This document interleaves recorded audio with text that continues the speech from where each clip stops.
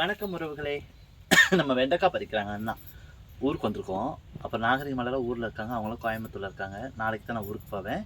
அதாவது பார்த்தீங்கன்னா காய் பறிச்சிட்ருக்குறாங்க, வெண்டைக்காய். அந்த சைடில் வேலை பார்த்துருக்காங்க, களை பறிச்சிட்ருக்காங்க. அப்புறம் வீடியோ எதுவும் இல்லாதனால பழைய வீடியோ போஸ்ட் பண்ணி விட்டாச்சு.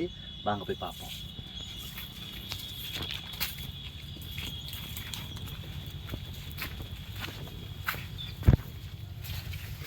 பறிச்சேண்ணா, வாங்க வாங்க. என்னத்தை கிட்ட வந்து காமிங்கவா. இதே தான்ப்பா எனக்கு தொல்லை அந்த வீடியோ எடுக்கிறவங்களால. பார்க்க ஆசையாக தான் இருக்குது. அல்சர் இருக்கிறவங்களாம் பச்சை மிளகாவுக்கு அவங்களுக்கும் அடே அப்பா ஆகவே ஆகாதுங்கிறாங்க பச்சை மிளகாவை. ஆனால் பார்க்க எம்பிட்டு ஒரு அழகாக இருக்குது பாருங்கள். சின்ன வயசுலலாம் பச்சை மிளகாவுக்கு பழைய சோத்துக்கும் அடே அப்பா மோர் ஊற்றி குடித்தோம்னா எம்பிட்டு ஒரு அழகாக இருக்கும், ஆனந்தமாக இருக்கும் பாருங்க. ஆனால் இது ரொம்ப காரமாக இருக்குமா அது? ஓகே, ஆசைக்கு கூட அதை செஞ்ச முடியாது. தை மாதத்துக்கு ரெடி ஆகிறாங்க பொங்கலுக்கு இந்த அம்மா.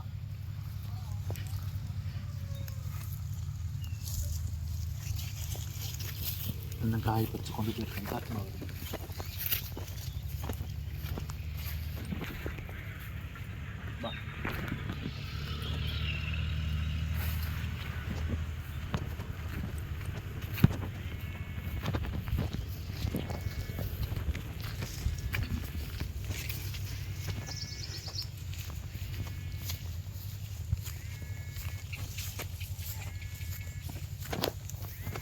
வெண்டைக்காய் வந்தோன்னா அண்ணன் பார்த்துட்டு வெண்டைக்காய் கொண்டு போகிறீங்களா சாமி அப்படின்னாரு. சரி கொடுங்கண்ணா அப்படின்னு சொன்னேன். பாருங்கள் இப்போ தான் செடியில் பறித்து எடுத்துகிட்டு போகிறாங்க கூட அந்த வெண்டைக்காயெல்லாம். பிஞ்சு காயை கொஞ்சம் பறிச்சுட்டு பீக்கங்காய் கொஞ்சம் இருக்குது கொண்டு போங்க அப்படின்னாரு. சரி நான் எடுத்து வேணான்னு சொன்னேன். வெண்டைக்காய் பாருங்கள் எம்பிட்டு ஒரு அழகு. பாவக்காய் கொடி பாருங்கள், வெண்டைக்காயோட பாவக்காய் கொடி படர்ந்துருக்கு சேர்ந்து.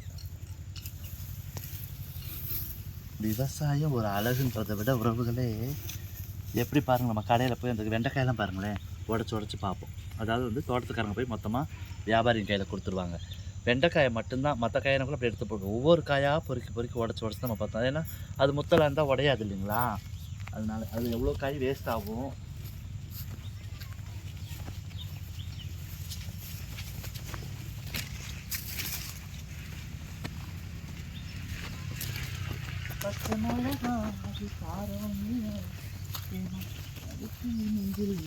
அந்த மாதிரி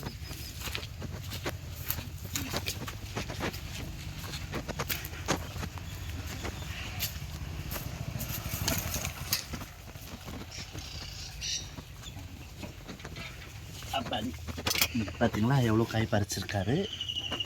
இதில் வந்து பார்த்தீங்கன்னா நிறைய காய் சொத்த காயெல்லாம் போயிருக்கோங்க பாருங்கள். இங்கே பாருங்கன்னு சொன்னால் இப்படி கொண்டு வந்து காமிச்சிட்டுங்க, கிட்ட வந்து இப்படி காமிக்கணும், அப்போ தான் தெரியும். சரியா, என்னைய காமிக்கக்கூடாது.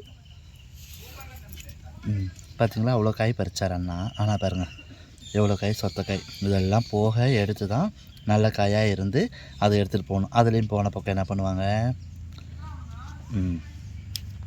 இப்படி உடச்சி பார்த்துட்டாங்கன்னா வேலை முடிஞ்சிச்சு, அவ்வளோதான். இதில் என்னென்னு பார்த்தீங்கன்னா மருந்தெல்லாம் அடிப்பாங்க இல்லையா காய்க்கு. அதனால் வெண்டைக்காயை பொறுத்த வரைக்கும் நிறைய பேர் என்ன பண்ணுவாங்கன்னா தண்ணியில் போட்டோம்னா ஒரு மாதிரி வளவளப்பாயிரும். அதனால் துணியில் துடைச்சிட்டு போடுவாங்க. அதுக்கு முன்னாடி நம்ம என்ன பண்ணலாம்னா மருந்து அடித்து அந்த சோனையில் அதில் இருக்கும் இல்லைங்களா, அதனால் தண்ணியில் அப்படி எடுத்து வச்சுட்டு கூட அழகாக கழுவிட்டு துடைச்சிட்டு அதுக்கப்புறம் அறுக்கலாம். நிறைய பேர் வந்து தண்ணியில் போட்டு அந்த மாதிரி ஆயிடுன்னு சொல்லிட்டு வெறும் துணியை மட்டும் போட்டு துடைச்சிருவாங்க. அதில் மருந்துங்க இருக்கும். பீக்கங்காய் பறிக்க சொல்லியிருக்கிறாங்க, வாங்க போய் பார்த்துட்டு வரலாம்.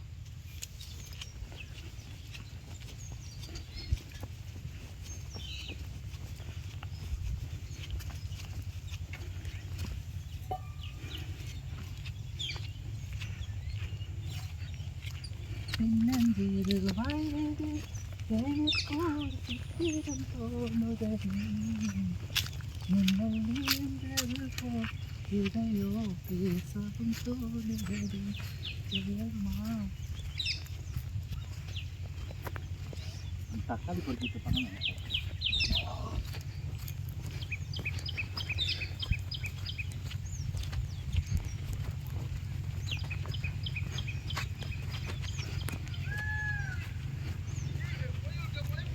மயில் புழு இருக்குங்களா,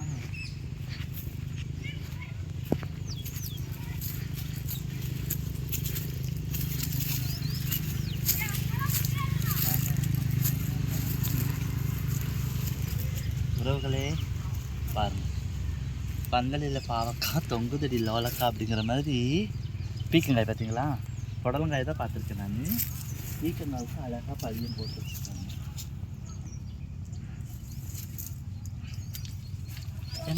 அண்ணா வாண்ணா, பறிச்சிட்டிங்களா?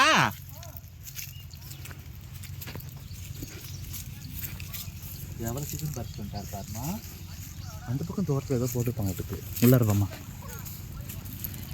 செருப்பு போட்டிருக்கேன், அங்கே விட்டு உள்ள போட்டு வரேன்.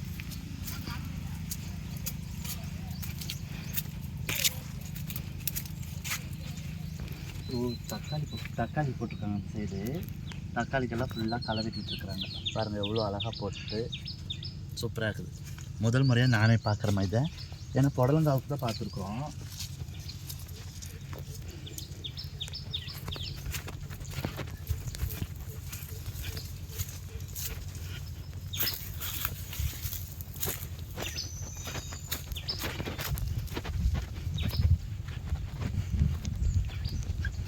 ட்ரௌசர் போட்டு உள்ளே போய் எல்லாம் பறிச்சிட்ருக்காரு. ஆனால் நான் ட்ரௌசரோட சட்டை இல்லாமல் காமிக்கணும் தப்பாக நினச்சிக்காருங்க. விவசாயி அப்படி தானே இருக்க முடியும். எங்கே நம்மளை வாங்கிட்டு எங்கே போனாரு? ஒரு பாட்டு டெடிகேட் பண்ணுங்க ஐயா மக்களுக்கு. பாட்டா? ஆமாங்க ஐயா. என்ன பாட்டுமா? ஏதோ விவசாயம் சார்ந்த பாட்டு ஒன்று. விவசாயம் சார்ந்ததா? ஆமாங்க ஐயா. விவசாயம் சார்ந்த பாட்டுனா நிறைய பாட்டு இருக்குது. நீ எந்த பாட்டு பார்க்குறது? கிராமத்து சைடு கேட்டுன்னு டக்குன்னு பாடிடுறேன்.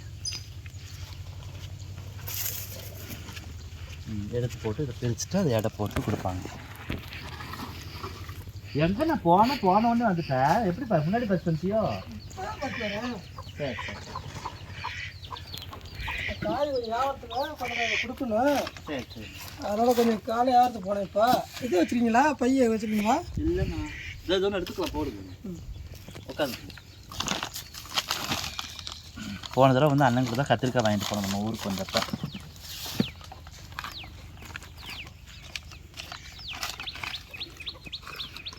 எவ்வளோண்ணா ஒரு கிலோ வெண்டைக்காய் போகுதுல்ல? இங்கே நாங்கள் கொடுக்குறது 50 ரூபான்னு கொடுக்குறோம். அதாவது நான் வெண்டைக்காய் நான் 40 ரூபான்னு கொடுக்குறோம். சரி சரிண்ணா. பீக்கங்காய் வந்து 50 ரூபா. பீக்கிங்க 50 ரூபா கொடுக்குறோம். வெண்டைக்காய் வந்து பார்த்தீங்கன்னா ஊருக்குள்ளே வந்து தோட்டத்துலேயே இங்கே போட்டிருக்கனால அண்ணன் போட்டிருக்கனால ஆமாம். அந்த துண்டை மேலே போட்டுக்கண்ணா. துண்டை மேலே போட்டு முதல் மேலே போட்டுக்குங்க. என்ன காமிமா அப்படி. அண்ணன் வந்து பார்த்திங்கன்னா வெண்டைக்காய் நம்ம வியாபாரம் தோட்டத்துலேயே போட்டிருக்காங்க இல்லைங்களா? அதனால் இங்கே தேடி வரவங்களுக்கு 40 ரூபா. 1/4 கிலோ 10 ரூபாயாண்ணா? 1/4 கிலோ 5 ரூபா. சில்லறையில் போட்டால் 1/4 கிலோ 5 ரூபா. 1/4 கிலோ போட்டால் ஒரு 2000. ஆமாம். எப்படின்னு பார்த்தீங்கன்னா எங்கேயுமே அது இங்கேன்னு கிடையாது. தோட்டத்தை தேடி வந்தாங்க அப்படின்னாவே விலை கொஞ்சம் ஓரளவுக்கு மலிவாக தான் கொடுப்பாங்க. ஏன்னா சொந்தக்காரங்களும் வருவாங்க, தெரிஞ்சவங்களும் வருவாங்க. அதனால் சந்தைக்கு போகும்போது கொண்டு போய் வியாபாரம் பண்ணும்போது ஒரு மாதிரி விற்பாங்க. மொத்தமாக கொண்டு போய் கடைக்கு போடும்போது அங்கே ஒரு மாதிரி கொடுத்துருவாங்க. அது பார்த்தீங்கன்னா பாருங்கள், பீக்கங்க பாருங்கள். செடியில் போனதும் செடியில் வந்திருந்தாலும் அண்ணன் பறிச்சுட்டு வந்துட்டார் வேகமாக. எவ்வளோ பிஞ்சு காய் பார்த்தீங்களா? போன டைம் காட்டு. இது என்னன்னா வெங்காயம் நாத்துட்டு இருக்குதா? நட்டுருக்குது. எப்போ பறிக்கிறதுனா அது? இது இந்த 2 மாதம் இருக்குது. தை முடிஞ்சு இன்னும் 40 நாள் 50 நாள் ஆகும். 2 மாதம் தை மாசியில் வரும். ஏன்னா மாசியில் இருக்கு.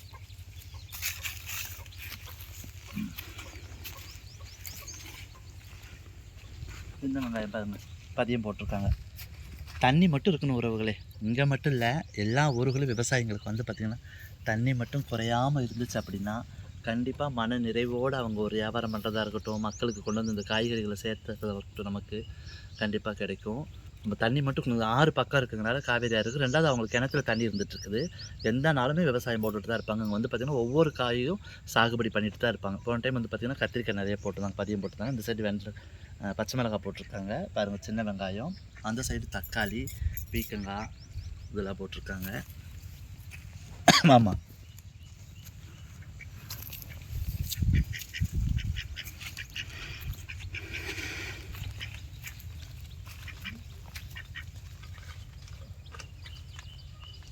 சின்ன பையன் ஏதாவது இருக்கானா? நான் அந்த பையன் எடுத்துருவாங்க. நாங்கள் இருக்கிறதாண்ணா தமிழ்நாடு ஆக்ரோசல்.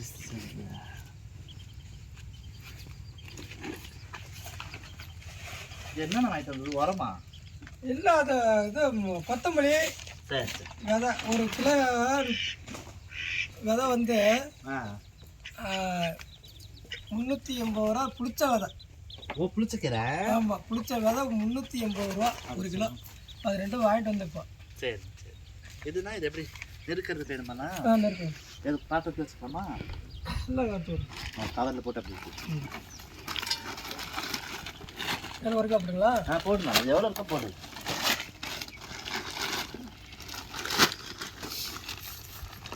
பாத்தெல்லாம் காமிச்சேன். இந்த அங்கண்ணா பாத்து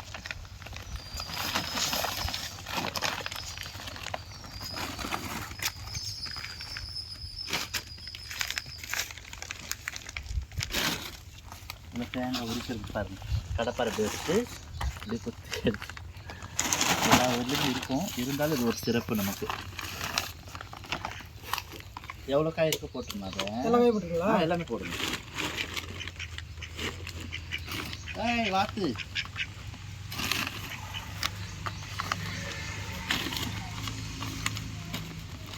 இந்த வருஷம்லாம் கொஞ்சம் மழை பெஞ்சு நல்லா அழிஞ்சிருச்சு. அதனால தான் ரேட்டு இந்த வருஷம் கொஞ்சம் விற்கிது. சும்மா கொஞ்சோண்டு தான் வச்சுருக்கேன் நான். இப்போ அது வரைக்கும் நான் அந்த கோலாம்பியில் புண்ணு வச்சுன்னா கோலாம்பிக்கு வைக்கிறது தானே நான். இது அந்த எண்ணெய் என்னையா? அது பண்ணி அதுதான் அது எதுக்கு வைக்கிறதுனா அது வந்து இந்த கோழிங்களுக்கு சீக்கு வந்தால் சீக்கு வர்றதுக்கு. இப்போ எப்படி இப்போ இது பண்ணுறது? 1.5 கிலோ போட்டுங்களா? போட்டு விடுங்க. போதுமா? போதும். எவ்வளோ இருக்குது பாருங்க. 1.730 இருக்குது. 1.3 கிலோ இருக்குது. இருக்குதா? சரி போடுங்க. போதுங்களா?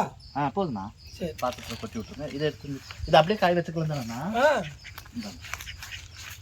எடை போடுங்க. அது எடுத்து எல்லாமே வச்சிருக்கேன். வைண்ணா. அதெல்லாம் பார்க்க அப்படி பச்சையாக திங்கிற மாதிரி இருக்குது. யார் வேணாம்னு சொல்லுவா? நான் அந்த பக்கம் வருவீங்கன்னு சொல்லிட்டு அங்கிட்ட போய் உட்காந்து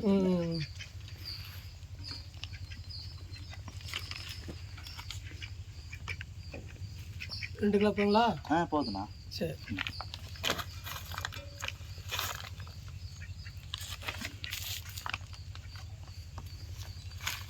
உறவுகளே, நம்ம எப்போ வந்தாலுமே நம்ம ஊர் சைடு வந்தாலும் அண்ணனை பார்க்காம நம்ம போக மாட்டோம். என்னென்னு கேட்டிங்கன்னா, நம்மளே வீட்டில் இருந்தாலும் காயெல்லாம் கொண்டு வந்து கொடுத்துட்டு வந்துடுவார். சாப்பிட சொல்லிவிட்டு பிள்ளைங்களாம் நிறைய பேர் வந்திருக்கீங்க சாப்பிடுங்க அப்படின்னு சொல்லிட்டு வருவார். ரொம்பவே சந்தோஷம். விவசாயத்தை அதாவது பார்த்திங்கன்னா, நம்ம இவ்வளோ தூரம் வந்து ஒரு பொருளை பார்க்கும்போது பார்த்த உடனே ஒரு ஆசை வந்துடுது. எந்த இடமா இருந்தாலும் அந்த காய் வாங்கிட்டு கடையில் விற்கிது. இருந்தாலும் நம்ம கண்ணார பார்க்கும்போது ஒரு செடியில் இருக்கிற பறித்து சாப்பிட்றது மாதிரி ஒரு காயை வந்து பார்க்கும்போது ஒரு ஆசை வரும் இல்லைங்களா யாருக்கும். அந்த மாதிரி தான் நம்ம இந்த பக்கம் எப்போ வந்தாலுமே அண்ணனை பார்த்து நாங்கள் காய் வாங்கிட்டு தான் போவோம். கண்டிப்பாக விவசாயம் காப்போம். மக்களுக்கு நல்ல ஒரு இயற்கை, அதாவது மழை மாதிரி மட்டும் கிடைச்சது அப்படின்னா கண்டிப்பாக மக்கள் என்றைக்கும் செல்வ செழிப்பாக இருப்பாங்க. நிறைய விவசாயிகள் அதனால் பலன் அடைவாங்க. அதை தாண்டி என்னென்னு பார்த்தீங்கன்னா, கிராமப்புறங்களில் ஆறு பக்கத்தில் காவேரி ஆறு ஓடுது. அதனால் தண்ணி வரவங்க விவசாயம் பண்ணிடுவாங்க. அல்லது கிணறு வச்சுருக்கவங்க கிணத்து வெட்டிச்சுனா அது மூலிமா தண்ணி விவசாயம் பண்ணுவாங்க. அதனால் செல்வ செழிப்போடு எல்லா உறவுகளும் எல்லா விவசாயிகளும் அப்புறம் வந்து நம்ம வந்து விவசாயிகிட்டேருந்து காயை வாங்கி நம்ம விநியோகம் பண்ணுற மக்களாக இருக்கட்டும், வாங்குறவங்களாக இருக்கட்டும், நம்ம எல்லாருமே என்றைக்கும் நீங்கள் செல்வ செழிப்போடு நல்லபடியாக நீங்கள் வாழணும்னு சொல்லி நான் கும்புற கடவுள்கிட்ட வேண்டிக்கிறேம்மா. நன்றி உறவுகளே.